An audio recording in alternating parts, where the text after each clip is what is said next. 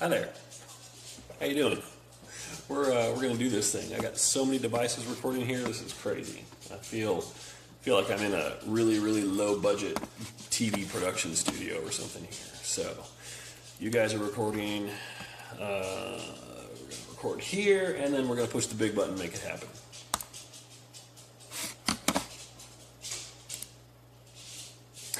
All right, hello everybody. Welcome to episode 26 of the Drop Set, your home for bodybuilding information, tips, tricks, sundries, and how-tos, etc. Today we've got a couple topics lined up. We've got the usual suspects of recurring features, and then we're going to have two discussion topics. We're going to talk about the scale and progress, and then we're also going to talk about your progress photos and why they suck and how we're going to fix them. So my name is Darren Starr, owner, trainer, coach here at 5 Star Physique. We are recording this for uploading to iTunes, Google Play, and it will also be available as a recorded podcast on the website at 5starphysique.com. I am also going to give a shout out to the YouTube stream that we're recording here. Hi, this is not going live, but it will be recorded and put up on YouTube later. And then also saying hi to, what do we have here? This is Instagram, hi guys, and Facebook. We are broadcasting live on both of those platforms right now as well. So I am recording on 4 devices presently, recording or live streaming on 4 devices. I'm sure there's a more efficient way to do this, but boy, it sure does make me feel high tech. So I got way too many cameras and microphones pointed in my direction here. It's a little intimidating, I'm not gonna lie. So I figured, it's I did this in the very first episode. It is now episode 26. So I figured just very briefly, I want to reintroduce myself to everybody out there in case you have no idea who I am, why anybody should give a crap about anything that I say. And I will say on that, you shouldn't necessarily, but if you listen, you will probably find that you can learn some stuff and be challenged on the way that you approach things when it comes to bodybuilding, fitness related stuff, lifting, nutrition, etc. And anything that you can do to open your mind and expand your horizons a little bit is a good thing. So I've been doing this. I am a coach. I work exclusively online. I have 0 clients that I work with in person. So what that means is that everything I do, everything that I write is geared towards working with people that I'm probably never going to see in person. So I think that's a valuable thing to know when you're working with a coach, because you can look and see, oh, well, this coach got all these results with people and they coach online, but those two things do not necessarily coincide. They can get great results with people they work with in person. Can they translate that over to people that they don't actually see? Because there is a lot that can get lost in translation there. So that is my expertise. My background from an education perspective is varied. So when I first went to college, I actually went as a music major, and I thought I was going to be a music teacher of all things. So go figure. And then I took a little break. I worked in the tech industry for a little while. Then I went back to go to school for civil engineering of all things. And then I was doing great. I really enjoyed the coursework for that, and had an internship with a wind energy company in Portland, Oregon, which was a lousy, miserable experience, and it really opened my eyes to the fact that, hey, this stuff is fun in practice, but I don't want to do this for the rest of my life. So I took a little break from my studies then, right at the start of my senior year, got my personal training certification, and never looked back. So that's where I am right now. Other stuff that I like to do, I am in a couple bands, I do some woodworking and stuff like that. So there you go. That's enough about me. I got 2 dogs. If you are really paying attention to one of the videos here, you may see one of them roam around this area that I'm pointing at right here, or on YouTube. That's her bed right there, and she's going to go into it eventually. So, and then my other boy over here is chill. He's caught in the sunbeam. So anyway, that's me in a nutshell. So I just figured it'd be good to recap that so that everybody who might be listening for the first time now and doesn't go all the way back to the beginning, because it's a lot to get caught up on, you have some idea of who the hell I am. So what's been going on this week? I've been doing a lot of stuff on YouTube of all things, and if you look at my channel, you'll notice that while I've been doing a lot of stuff, I haven't uploaded anything in a week. So that is the calm before the storm.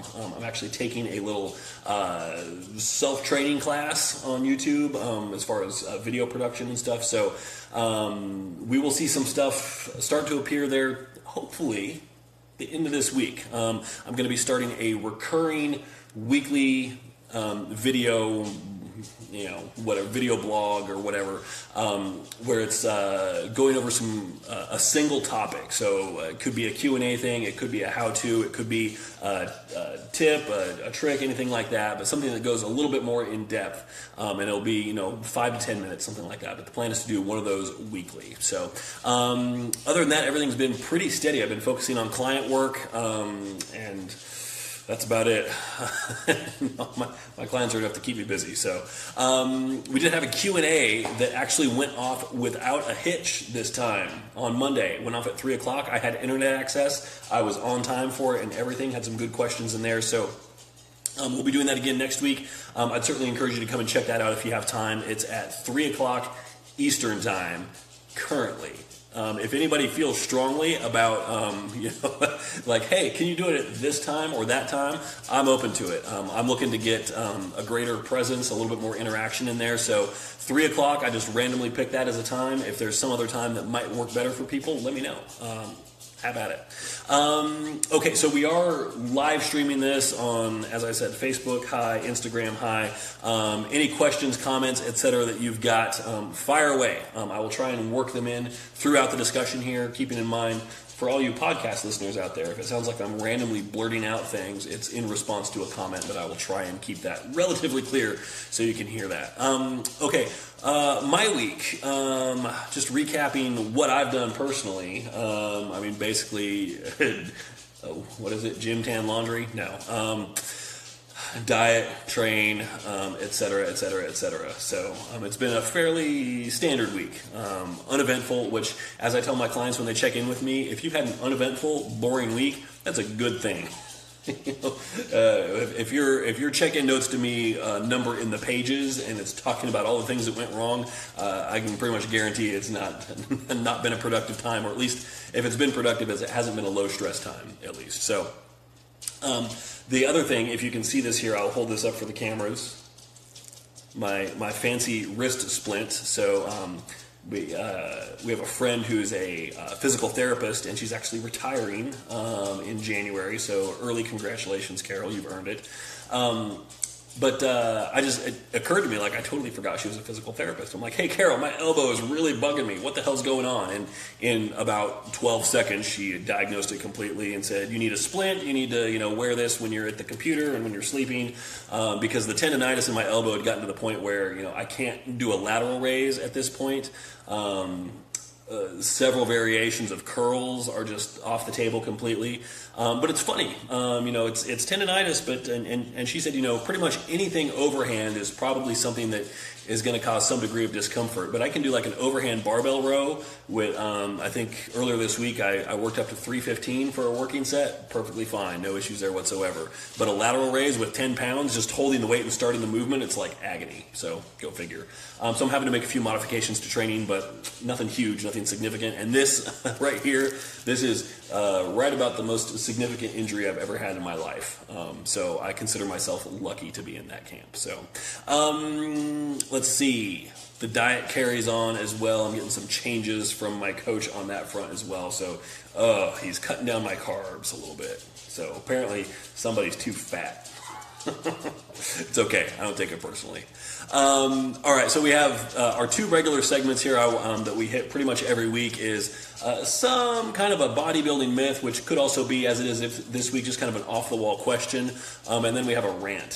So I got a lot of good feedback on last week's rant, which was basically had to do with objectifying women. So stop it. I'm just going to reiterate that. Guys out there, nobody cares what your opinion is when it comes to a woman's body, so shut up.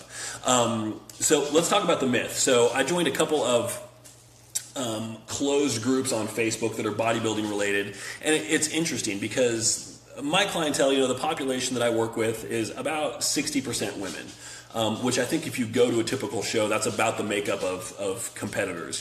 There's typically more women there than men, simply because there are more competitive divisions available for women these days. So about 60% women, and on this group it's like 95% men. So I know immediately it's like not necessarily representative of my client base. But nonetheless, it's good because, it's kind of it's really dominated by entry-level people. And by that I mean like, hey, I've been lifting for 2 weeks. Can somebody, check my progress here? That kind of thing. So some of the questions, I mean, you should, I think the group is simply called Bodybuilding. It's a closed group. It's got like 35,000 members or something like that. You should go join in and check it out just so that you can kind of see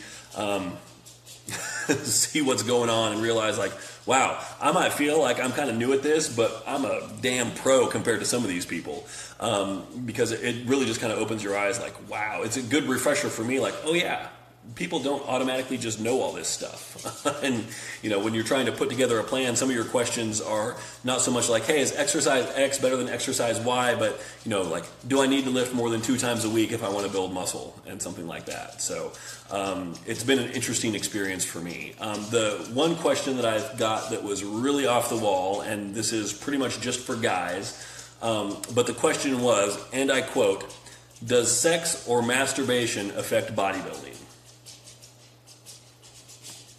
So we'll let that sink in for just a second there. And I've had this question come from a client before. And it wasn't really a question when it came from a client. He was starting his pre-contest cut, and he said something to me which I thought was interesting. He's like, so I know that sex is a bad thing, so I'm planning on abstaining from anything sexual for the entirety of my cut. Oh, dear Lord. I mean... So let's talk about this, first of all. When we're talking about hormones in the body, I mean, we're talking about long-term order of magnitude changes are the things that really kind of move the needle. So if you are looking to take, let's say, guys, you're looking to take Tribulus terrestris, so over the counter, and you want to take that for 4 weeks. Is that going to do anything? Absolutely not. It's basically worthless. There's no point in doing that. It's going to give you a increase in your testosterone levels by a few percentage points while you take it. A few percentage points is not enough to really do anything. The most powerful thing that you'll get from that would be the placebo effect from feeling like you're taking something that's productive and moving you in the right direction. Now, if you want an order of magnitude change, now you're talking about like injectable testosterone, synthetic, what's the word? Whatever. I mean, we're talking about hormone replacement therapy. That is effective, yes, which is why high-level bodybuilders do that, because it does something. It does not come without side effects, however. So the same principle can apply to this. So when you're talking about sexual activity, what you're talking about is a short-term drop in your testosterone levels for the period following that. So what I would not recommend is to engage in sexual activity, guys, as your pre-workout activity. That is not the time to do it. However, just the fact that somebody is asking this question, it was somebody that literally had been lifting for like a month. And this is the question that they ask. This goes back to what we talked about last week when we talked about the hierarchy of bodybuilding concerns. And we went over all of those things that you can possibly be worried about, and we kind of split them out into tiers. So top tier, middle tier, third tier, what to worry about at the beginning, intermediate, and advanced stages. This is something that if you are at the highest level of bodybuilding, I still would not put this in your sphere of concern. So, I think I commented something to that effect on the post originally as well. Just, comment from Arthur. Yeah, I hear you, dude. It happens. So, yeah, your sex drive can be impacted a little bit by your diet as well. It can be it can work the other way too. So, but the question of, oh, should I avoid sex because it's going to kill my gains? It's like this is just. They say there's no dumb question, and I believe that. This kind of challenges that a little bit because it's not a brilliant question. But, I would say the only dumb question is one that I've answered many times to the same person. So there is such a thing as a dumb question. This one, I mean, it's silly. It's not something to be concerned about. So there you go. So now that, boy, it's almost like... I didn't plan it this way, but there's almost a theme here. So let's talk about the rant. We're going to talk about some porn here real quick. So don't worry, this is a safe for work podcast and discussion. So did that get anybody's attention? Anybody paying attention now? What? He said porn? Wait, hold on. Let me rewind. What did I miss? Basically, my rant for this week has to do with fitness as porn. and specifically social media fitness posts that are clearly trending in that direction. For what purpose, I have no idea. And I will full disclosure right here, I will say I have not necessarily fleshed out a full argument against this right now. So what you're getting is just off the cuff, unrehearsed, stream of consciousness stuff. It's disturbing. I really think it is.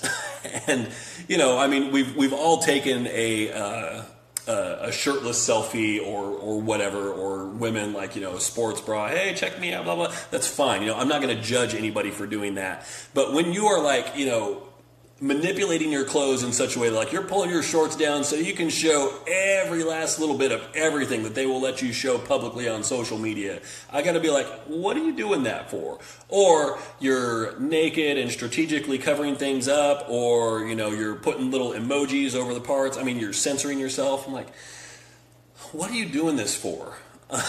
Stop it. I mean, I know what you're doing it for. You want to do it for followers, but what are you trying to get those followers for? What is it going to do for you? Because having a lot of people follow you doesn't do anything. It's the quality of the followers, not the quantity. So if you want a lot of eyeballs on you, great. I would question why. What does that do for you? Is it just an ego trip or what? You look great. Awesome. How many people do you need to tell you look great before you start to actually believe it yourself and feel validated? Okay, so... That's really all I had to say about that. It's disturbing. It bothers me. And it also bothers me because I bust my ass on social media trying to deliver decent content, and I've got a tiny little following. And then I see somebody who posts like 5 pics and they're all just like major cleavage and ass shots, and they've got like 20,000 followers. I'm like, that's not fair. That's not fair. So yeah, it's a little bit of sour grapes. I'm a little jealous. I'm not going to lie, but still. Clean it up. Clean it up, people. Come on. Come on. Just remember, you might have kids one day that go back and look at those. What are you going to tell them? Oh, God, I really feel like an old man now. I'm going to shut up before I really start to embarrass myself here. Okay, so let's move on. Let's move on. Is anybody still there? Yeah, okay, great, thanks. 2 topics today. The first one is one that is very near and dear to me because I feel strongly about it. I won't lie, I really do. So that is talking about the scale. I know it is very common these days in the fitness world, and one of the prevailing themes is, the scale doesn't dictate your progress or lack of progress, your failure or your success. And I agree with that. But using it as a tool to measure progress is fair and valid and not a bad idea. What you need to do is make sure that you don't look to the scale for validation. If you do, then you have failed. If you are expecting, you step on the scale and you're expecting a certain number, you're expecting it to validate the work that you've put in previously and give you that number that you feel like you have earned in order to feel like your effort was well spent, that's the wrong approach. All it's doing is giving you information. So that's the important thing to keep in mind. And what does that information mean? What does it tell you? How can we really kind of get the most useful data out of that information? What can we ignore? What do we pay attention to? So let's talk about it. So the scale, clearly, it tells you one thing. It's how much you weigh. It's your mass times the gravitational pull of Earth on you, and that gets you a weight. Sorry, I was having a physics fail there. So mass times acceleration, or a force, actually. A pound is a force. So there you go. Okay. My goodness, my civil engineering and physics teachers would not be proud of me right now. So the only thing it could tell you is how much you weigh. So it cannot tell you your body composition or anything like that. If you have a scale that thinks that it can tell you that, a bioimpedance scale where you step on it barefoot or you hold something with your hands and it's got little sensors there and it says, hey, I am a smart scale. I can tell you what your body fat percentage is. I can tell you what your water percentage is, what your visceral fat is, what your lean tissue percentage is, et cetera, et cetera, et cetera. Don't believe it because it is almost certainly wrong. When I finished up my last cut, when I started my last cut in March of this year, I had a scale like that, and I tracked the number just because I was curious. and it said that I was about 30% body fat when I started that. Eyeballing it, I was closer to like 13, but it said I was 30%. So, hey, who am I to argue? It's a scale, it's a machine, right? It can't be wrong. And by the time I finished my cut, it said I was 25%. I was like, eight or nine, something like that. So why was it off by so much? I mean, I had my details plugged in there. It knew my gender, it knew my height, it knew my weight, of course, it knew my age. Why was it off? Because it is not an accurate representation of reality. Now, one thing that you will notice there is it started at 30-ish, it ended at like 26, so it clearly trended down, and it trended down by, give or take more or less about the same percentage of body fat that I dropped throughout the cut. So it does show you that things are moving and trending in a certain direction, which is the only reason why I continue to track that number throughout my cut. But the number itself is incorrect. So other measurements for measuring your body fat, as we've discussed before in previous episodes, not necessarily terribly accurate either. So skin fold caliper measurements to determine a body fat percentage. There's a lot of margin of error that's introduced in that process, and then you're introducing further error when you take those skin fold measurements and then try to convert those into a body fat percentage. So it's taking an estimate of a potentially sketchy reading depending on your skill with calipers. So bioimpedance sucks. Calipers, very hit or miss. Even hydrostatic weighing, there's certainly some margin of error in that. It's also not practical to do on a regular basis. Same thing with DEXA scans, which are more reliable, but also very impractical. You can, get one as a checkup every few months, but more often than that, it's just not realistic. So using the scale, Emily says the last time she checked, the scale said she was 40%. You are not. I can guarantee you that you are not 40%. So those things are crap. I mean, that result, like what you're seeing there, and the result that I've seen before, is abnormally inaccurate. They're typically not reliably accurate, but they're not usually that bad. So why? I don't know. I mean, if it was something where I was really relying on that to be precise data, I might look more into it, but I'm not, because I know that even if I did, it's still only going to be so precise. So all the other measurements for checking body fat, for checking, body composition, not terribly reliable or not terribly practical. So therefore, the scale is the one useful number that we really have. And you'll say, well, Darren, what about like circumference measurements and stuff like that? I'm like, yeah, I mean, those are fairly useful as well, but those can be skewed every bit as much. So, if you've ever pulled a tape measure around your waist to check it, do that. And now, breathe, take a few deep breaths, and let yourself come to rest in a slightly tighter posture, and then pull that tape tight, and just maybe a little bit tighter than before. You can get a fluctuation of an inch in doing that. Easily an inch. If you're just a little bit higher or lower, and you're not absolutely you don't have absolutely laser-like precision in where you take those measurements, the number's going to fluctuate because of that as well. If you're trying to measure a bicep and you're not doing it cold, but you want to see what does my bicep measure with a pump, it depends on the quality of your pump and also how accurate you are with the tape, how tightly you stretch it, all that kind of stuff. So all of those are fallible, and I would say they're fallible to the point where they're not particularly useful. Now, a scale can certainly show you a lot of weird information, but it's easier to, in my opinion, it's kind of easier to think through and parse through some of those details to get to a little bit more of the honest truth. So the first thing that you need to do when using the scale to track progress, and again, it's one of the tools, one of many, and we've talked about those before. You also use photos, the fit of clothes, how you look, how you feel, your energy levels, your appetite. All of those things need to be used together. None of those individually is anything to rely on, but all of them together will give you a pretty comprehensive picture of where you're at. So using the scale, the first thing is, again, like I said, do not let it determine your worth. Do not have emotional attachment to it. It's just a number. It's just data. That's all there is to it. So don't get worked up about if the number is higher than you wanted to see or if it's not as low as you wanted to see, whatever. It's just data. And then you need to kind of take yourself out of it a little bit and think about it from an analytical perspective and think about, why is the number looking like that? So let's talk about it. Let's go over some of those things. So, another thing to consider with this is the more data you collect, the sooner you'll be able to reach a conclusion about what's going on. So if you weigh yourself monthly, over the course of half a year, you'll have 6 numbers, and then you can determine a trend and see what's going on. For most of us, if we are actively following a plan and we are actively looking to track our progress, that ain't going to cut it. You don't want to wait 6 months to see if, oh, okay, well, I guess I'm doing something right, or man, nothing's moving. What's going on? And so you could say, well, Darren, you could track yourself, you could weigh yourself this month and then weigh yourself again the next month and know what's going on. And I will say, not necessarily, because those numbers fluctuate. And let's take a more practical approach, because a lot of the clients that I work with, until they understand what I'm really after, they'll weigh themselves once a week on the day that they check in with me. And then I will say, no, I need more numbers than that. Please give me more numbers. I don't need 7 numbers every week, but give me more numbers.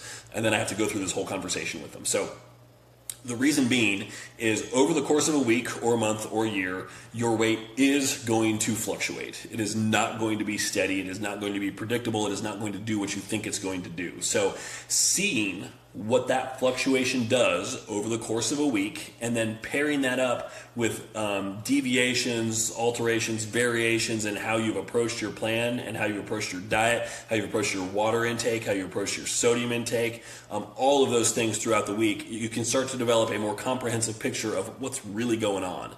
Like, you may notice, under most circumstances, you'll be cruising along, a little fluctuation here, and then we have a cheat meal or a big giant carb refeed or something like that, and the next day, boom, scale goes up. What's up with that? You might think, oh, I ate too much, and so I put on all this fat.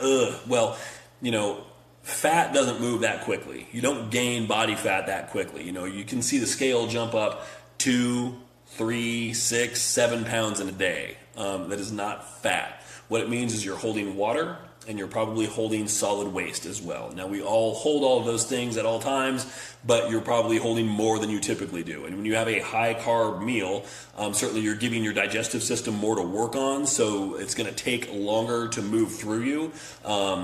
And also, carbs, one of the things that they do in the body is they promote water retention to some extent. And that's good, because we want the muscles to be full. We want those glycogen stores to be full. Fluid is what does that. So holding a little bit of water because of that is not necessarily a bad thing. So when you see a 5-pound jump in the scale following a carb up or a refeed, it's not the end of the world. That's your body doing what it's supposed to do. And then we'll see it kind of trend back down after that. Now, if you go totally overboard, sure, you can put on some fat, but, I'm just going to make up some numbers here. If you see that scale jump up 5 pounds, you might be looking at a half to 1 pound, and that would be really aggressive of fat. It's really hard to do much in one day, even if you're trying to do damage. So don't let that be a challenge that I'm issuing to people. Don't say, well, I'm going to prove him wrong. I'm going to put on 5 pounds of fat in one day. I'll show him. Don't do it. It's not worth it.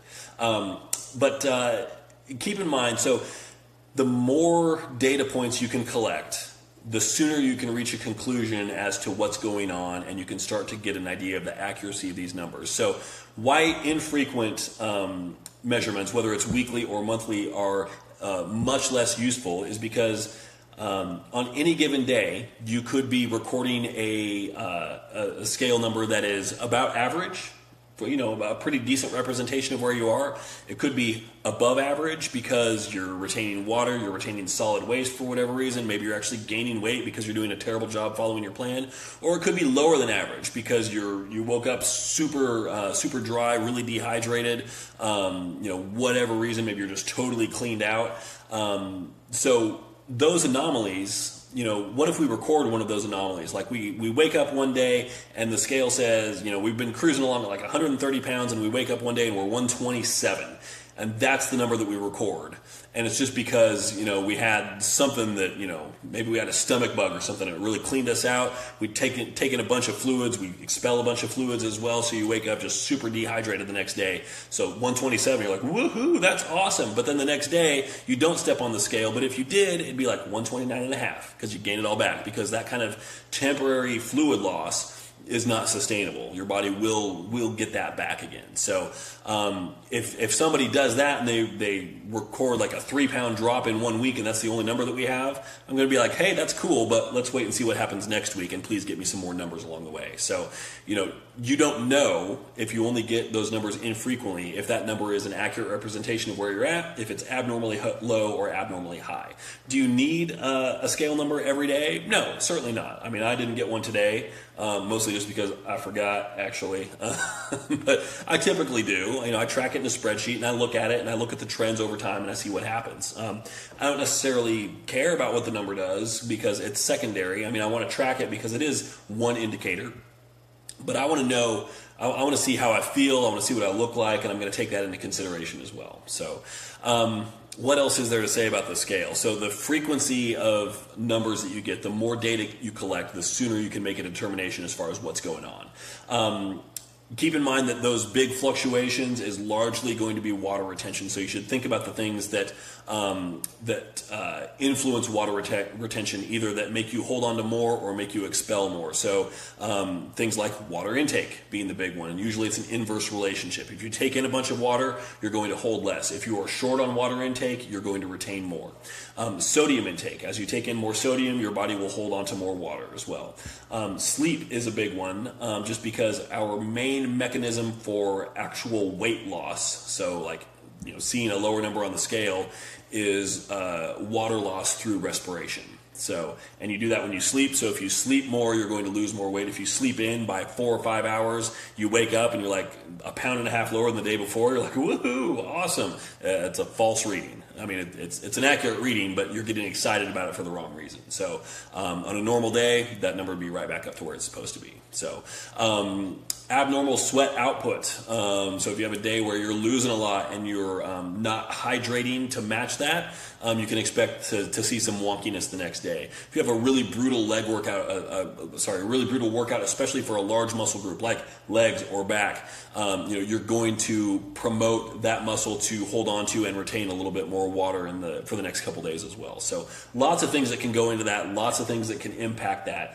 Keep in mind to just not get overly excited about a single number that you get, and know that if you see those big fluctuations, like really drops down, really spikes up, there's usually a really good reason for it, and you just kind of need to think about it a little bit, and not get overly excited and not get overly defeated, but just try and take a slightly more even keel approach on everything. So hopefully that helps. The scale is a very useful tool. It is not exclusively anything that you should use just by itself, but as one weapon in your bat utility belt, absolutely, it's a good thing to use. So let's talk about the other tool, and this is one that we'll be talking about much more soon, and these are progress photos. So I will be doing a YouTube video that's kind of a companion to this discussion as well, that will have some visual aids, some demonstrations of what to do and what not to do. So progress pics, we all love them, right? Absolutely we do, yeah. So here's the thing. I look at a lot of progress photos, and most of them are terrible, and it has nothing to do with the subject in the photo, and it has everything to do with this one very harsh reality that I hope nobody takes personally, and that is that you suck at photography. That's all there is to it. And I don't blame you, because it's a difficult subject to master. And certainly I don't consider myself a master of it. If you wanted me to go and take a photo of something that would be fit for using in a professional sense, no, it ain't going to happen. The composition is going to be way off. I don't understand anything about saturation or white balance or how to use a manual exposure camera or manual focus. Or I don't understand any of that crap at all. Thankfully, for what we're doing here, we don't have to either. You have to understand one concept and one concept only. Well, two concepts, sorry. Perspective and light. That's it. So the thing is, all of these are very easy to overcome. I did have several clients. I announced yesterday that I was going to be talking about this, and I got messages via text, Instagram, and email from clients like, is this because of me? Which I thought was hilarious. And in all cases, I said, no, it's not about you. But, if I'm being honest, yeah, it's about you. But not exclusively you. So anybody watching this, no, you are not the sole reason for this. And I will tell you, of all the people that I'm working with currently, none of you would make the Hall of Fame of bad progress pics that I have stored in my archive. So you're all doing okay. But that being said, we can go from okay to great with just a few little tricks here. So the first thing, there are 4 basic things to think about when it comes to progress pics. Let me just lay them all out for you right here. Number 1 is your posing. We'll talk about that very, very briefly here. Number 2 is consistency. Number 3 is camera positioning, and number 4 is your backdrop, what shows up behind you. So if we can handle all 4 of those things, we're going to be in great shape when it comes to progress pics. So the first thing, posing.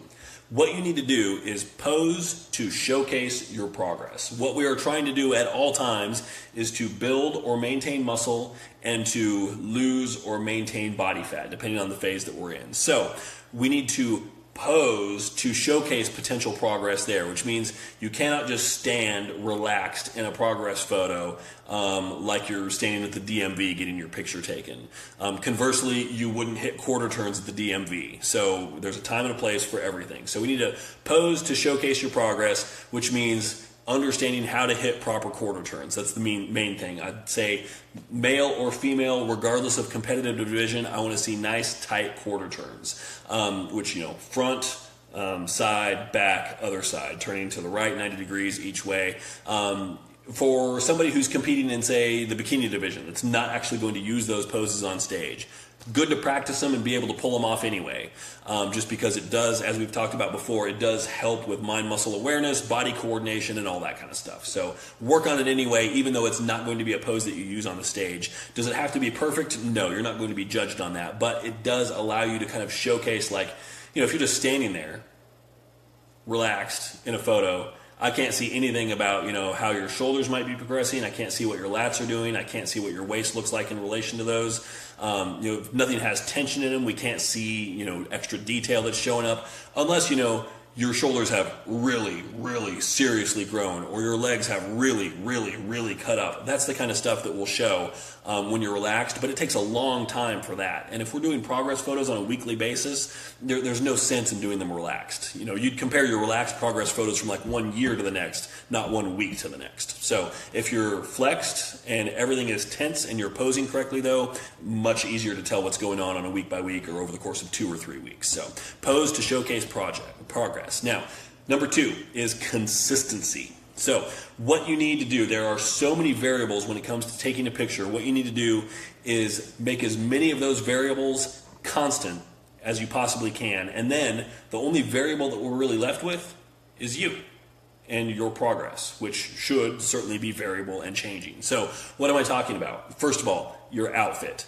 Wear the same thing every time. Every single time. Guys, if you have a pair of shorts that you wear, great. Just make it the same ones all the time. Anybody who's really looking at your photo should be able to see through something like this. And I know I can, but still, I like consistency and I like to just drill this into somebody's head. If you're wearing different color shorts, that can make you look a little different. It can kind of throw your eyes for a loop a little bit. But women especially, you're wearing tops, bottoms that kind of, push and pull and hug and tug on you a little bit differently. It's going to make you look different. And you could be looking really sharp in photos 1 week, and then you put on something that's like, half a size smaller or something like that, and it's squishing you all around, and suddenly you look 5 pounds heavier. But you're not. It's just the way that your outfit is pushing and pulling you around. So same clothes all the time. Same thing with poses. You should hit the same poses all the time and try to be as consistent with those and how you hit them on a week-by-week basis. Now, a little bit of a crossover between these two, clothing and poses.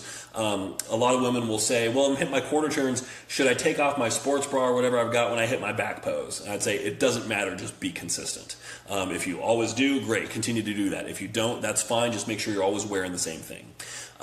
Time. Just because we're going to talk about lighting here and how natural lighting is always the best, the time is good because we can pretty much, the time is a variable that you want to keep consistent just because then we know that the lighting is going to be relatively the same. So if that's, middle of the night when there's no natural light, okay, well, it's not ideal, but it is consistent at least. So we're hitting that at least. It's difficult to hit all of these marks for people, but if you can hit most of them on a regular basis, you're going to be okay. So the best time to take your progress photos is, first of all, when it's most convenient. because that means that you will actually take them, and when lighting is available. So during the day is best, just because when I talk about lighting, I'm talking about natural lighting. We'll talk more about that shortly here. Weekends are good. For my clients who work with me, I schedule check-ins for Monday through Friday. But, let's say you're scheduled for right in the middle of the week on a Wednesday. Take your progress pictures on the weekend, Saturday or Sunday. That's fine. They can be 3 days old when they get to me. There will come a time maybe when that's not the case. When we get closer to a showtime, I'm going to want to see pictures that are that day or something like that. Definitely closer to the day when we're actually looking at and evaluating things. But until that stage, take your progress pictures a few days earlier. You can do it at a time that's more convenient. Maybe you've got somebody to help you with. I never recommend using outside help though. But you've got the time to do it. You've got access to natural light because, a lot of us are working during the day, so it's a little bit trickier. You don't need to be on an empty stomach. Progress photos do not need to be first thing in the morning all the time. Just, again, be consistent with it. So if you always take your progress pictures after meal 3, great, that's fine. You're not going to have an empty stomach. I know that when I look at them. As long as, you don't then 2 weeks later take them on an empty stomach. I'm like, wow, you look a lot tighter here. Just be consistent. That's the important thing. And then location. So always in the same place. And again, this ties into having the same backdrop as well. Always in the same location with the same lighting, ideally, just because then I'm not trying to see small, subtle changes in your physique compared to a changing background and a changing outfit. You can see how throwing a lot of variables into the equation really makes it hard to see changes that are going to be pretty subtle on a week-to-week basis. So we need to make everything else as consistent as we possibly can. So let's talk about camera positioning, because this is important. So there's 2 things to take into consideration when it comes to camera positioning. That's lighting and perspective. Now, when it comes to lighting, let's go over lighting sources here. So we've got 4 options realistically. You've got incandescent lighting, old school light bulbs. They are crap. Boy, you want to talk about the perfect recipe for having some unflattering progress pictures. Incandescent lighting indoors is going to be number 1. Fluorescent lighting, a little bit better. There is a correlation to that. LED lighting, better still. Natural lighting, that's the winner. That's the one that we want. So you can take them outdoors. If you've got a room that has really big windows that let some light in, that's great. Get away from that light a little bit so it's not totally washing you out. We want it to be dulled down a little bit. But natural lighting is the way to go. Now, the reason why I said fluorescent lighting is typically a little bit better is because usually fluorescent lights are going to be in rooms or in buildings that have taller ceilings. So think like commercial buildings, stuff like that. Your gym, your like a group fitness room in a gym. So taller ceilings are always going to be better than shorter ceilings. So it's just more space for the light to reflect. But it's also not something that you really have any control over whatsoever. If you're in a standard house and you've got 8-foot ceilings everywhere, well, think of it this way. That's one thing that you can cross off your list of stuff to consider when you're taking your progress pics. It's always going to be an 8-foot ceiling. So, but if you go outside, hey, the ceiling is infinity. So that works well. So a taller ceiling is always ideal. In my basement down here, you can see I'm very lucky to have 10-foot ceilings down here in a basement. How weird is that? It's cool. And I've got these 2 huge, these are like 6-foot tall windows right here. So as you can imagine, that Facebook and Instagram people, you can see what I'm doing right here. That spot right over there, underneath the staircase, right in front of that door, that's my progress photo spot. So I've got tall lights. I actually turn off the overhead lights. They are LED, but the natural light that I get here from these windows is perfect for that. So, and again, I take mine, I work from home, so I have this flexibility. I take mine about 11 o'clock in the morning.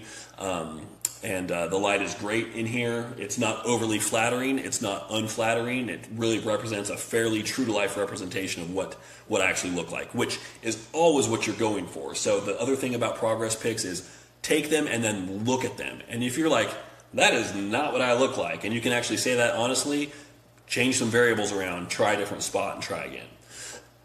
Okay, and then for perspective. So here's the big thing that is a common mistake that I see in a lot of people that's a really easy one to fix, and that is your perspective's all messed up. So you're either not getting all of your body or you've got your phone down on the floor and it's looking up at you. Ideally, what we need is the camera to be positioned at about midsection height, so at about waist height, so it's looking up at your head and down at your feet. So if you've got somebody helping you take pictures, which I always recommend, go to Amazon, spend the $15 and get a really cheap Amazon Basics tripod. It's worth it. It is not something that is professional grade, but it is great for what we need for taking progress photos.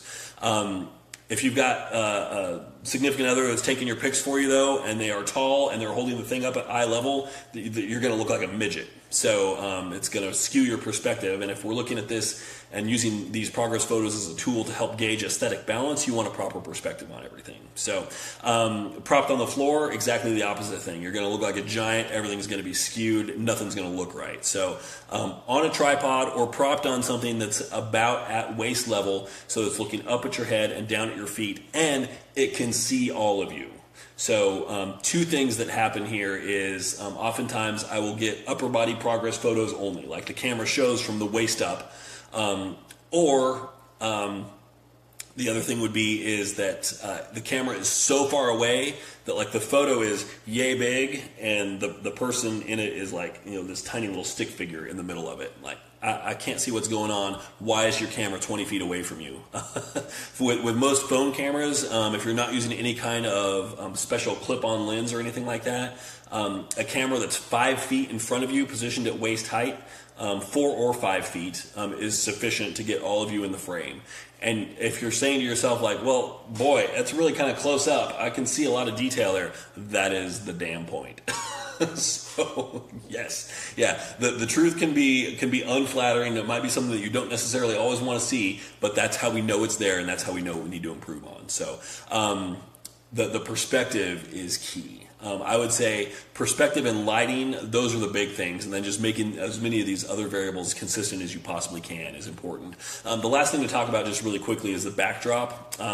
If you can get a plain, hopefully like white wall behind you, that's great. It's not essential, and I would not necessarily move things around in order to make that happen. I would put that lower in priority, just because based on where you need to stand to use the light sources that are available to you, you might not have a white wall there, and that's the last thing that we need to worry about. So a busier background that's behind you is going to be fine if we need to do that in order to get the lighting and the perspective set up the way that we need. Conversely, also, if you are taking pictures inside, consider where your light sources are. And by that I mean anything that emits light is a light source, which sounds really basic, but think about what that means from the perspective of a camera lens. A TV is a light source. I get a lot of progress photos where somebody is standing in front of a TV that is turned on. Turn the damn thing off. It's a light source, and you're basically taking a picture of yourself in silhouette, which you would know if you then stop to look at the photos and be like, oh damn, all I can see is the TV, and there's this black silhouette standing in front of it. I can't see anything. So be mindful of that. Be mindful of what your camera sees as a light source, and just realize that your eye is going to see things a little bit differently. The big thing and the best way to troubleshoot progress pictures, though, is to look at them once you take them and say, does this look like me? Do I feel like this is an accurate representation of what I actually look like? And if so, great. Send them on over, save them, whatever you got to do. And if not, change some variables. Try going outside. I know it's going to start getting cold here pretty soon, but realistically, progress pics, when I take mine, I take about 9 or 10 shots because I'm doing my quarter turns and some mandatories.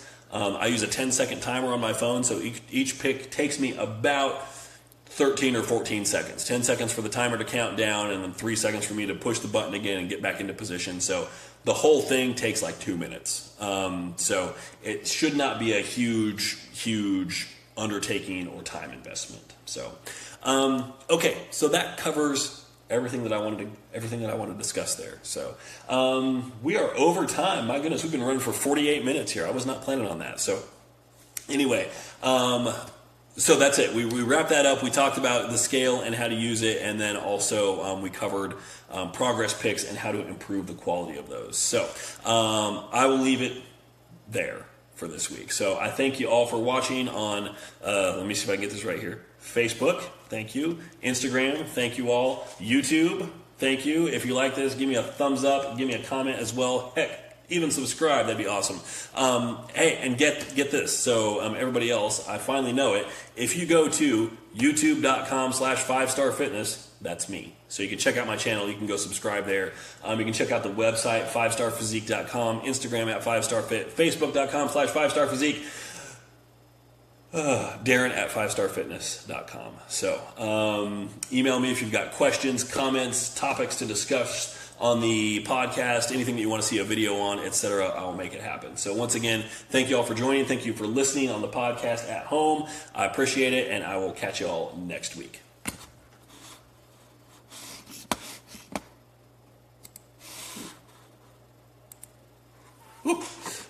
I got so many things recording here. There's so many buttons I have to hit in order to stop. All right, thank you all. I appreciate it, and I'll be in touch.